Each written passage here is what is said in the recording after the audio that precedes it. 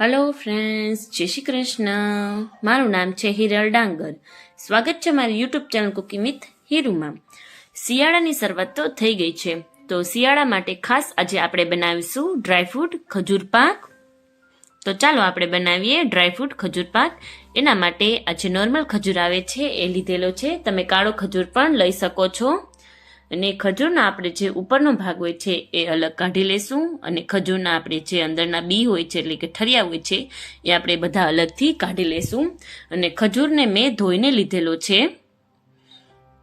ખજૂર ધોઈને લેવાથી એની અંદરનો જે કચરો હોય છે એ બધો નીકળી જાય છે અને ખજૂર એકદમ સોફ્ટ થઈ જાય છે. જો કાળો ખજૂર લીધો હોય તો ખજૂરને ધોવાની જરૂર નથી. ખજૂર હવે બધો સરસ રીતે આવી રીતે ઝીણા ઝીણા કટકા થઈ ગયા છે. અને કાજુ અને બદામ લીધેલા છે. હવે આ બંનેને આપણે ડ્રાય રોસ્ટ કરશું. 1 કપ જેટલી બદામ લીધેલી છે અને 1 કપ જેટલા કાજુ ટુકડા લીધેલા છે. આ બંનેને આપણે 2 મિનિટ માટે ડ્રાય રોસ્ટ કરી લેશું. જો તમને મારા વિડીયો પસંદ આવતા હોય તો મારી ચેનલને જરૂરથી સબસ્ક્રાઇબ કરજો. 2 થી 3 મિનિટ આપણે આને ડ્રાય રોસ્ટ કરી લેશું. તમે થોડું ઘી મૂકીને પણ રોસ્ટ કરી શકો છો. હવે આપણે ડ્રાયફ્રૂટ આપણા ડ્રાય રોસ્ટ થઈ ગયા છે. હવે આપણે ખજૂર પાક બનાવશું. એના માટે એક મોટું પેન લીધેલું છે. એની અંદર દેશી ઘી નાખશું અને ઘી થોડું મેલ્ટ થાય એટલે જે આપણે ખજૂરના ટુકડા લીધેલા છે એ આપણે નાખશું અને સરસ રીતે શેકી લેશું. 8 થી 10 મિનિટ માટે શેકી લેશું. અને ચમચાના મદદથી આપણે આને મેશ પણ કરતા જશું. એકદમ માવો થાય એ રીતે આપણે આને કરી લેવાનું છે. શિયાળાની મોસમમાં ખજૂર ખાવો તો ખૂબ જ જરૂરી હોય છે અને ખજૂર આપણે હેલ્થ માટે પણ ખૂબ જ ફાયદાકારક હોય છે.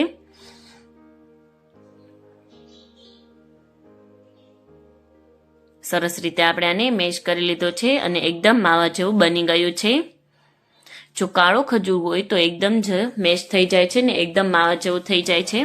પણ આપણે જે આ નોર્મલ ખજૂર લીધેલો છે એને મેશ થતા વાર લાગે છે. 10 થી 15 મિનિટ જેવું થાય છે. અને ગેસની ફ્લેમ આપણે ધીમી જ રાખશું, નહીંતર આ બળી જશે. હવે આપણે આ જે ડ્રાય રોસ્ટ કર્યા છે ડ્રાયફ્રૂટ એને આની અંદર નાખી દેશું અને સરસ રીતે મિક્સ કરી લેશું. જે લોકોને શરીરની અંદર લોહીની કમી રહેતી હોય છે એ લોકોને ખજૂર પાક ખાવાથી લોહી બની જાય છે, નવું બને છે લોહી. ખજૂરવાળું દૂધ પણ તમે પી શકો છો. એમાં પણ હાડકાં મજબૂત બને છે.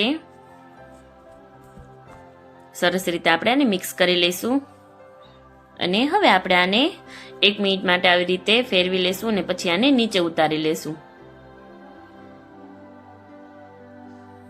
આ એક મોલ્ડ લીધેલું છે. એની ઉપર મેં પહેલેથી જ બેકિંગ પેપર લગાવી દીધું છે.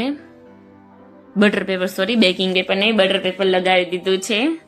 અને આપણે આ મોલ્ડની અંદર ખજૂર પાક બનાવ્યો છે એ નાખી દેશું અને સરસ રીતે પાથરી દેશું. હવે આપણે આને 1 કલાક માટે ઠંડુ થવા દેશું, એટલે કે રૂમ ટેમ્પરેચર ઉપર આવે ત્યાં લગી.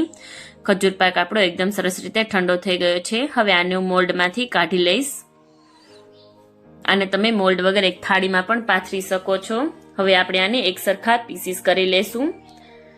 બટર પેપર લગાવ્યું હતું એટલે મેં ઘી નથી લગાવ્યું. જો તમે થાળીમાં પાથરો તો ઘી લગાવી દેવાનું કે જેથી કરીને આપણો ખજૂર પાક એકદમ સરળ રીતે નીકળી જાય.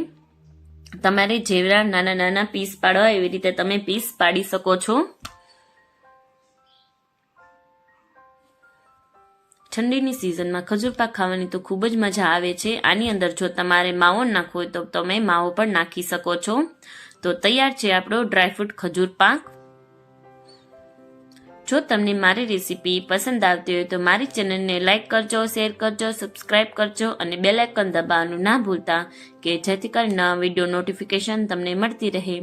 Bye bye friends. Thank you friends. અને તમારા ઘરે જરૂરથી તમે આ ખજૂર પાક બનાવજો અને તમે મને કમેન્ટમાં જણાવજો કે તમને મારી રેસીપી કેવી લાગે છે.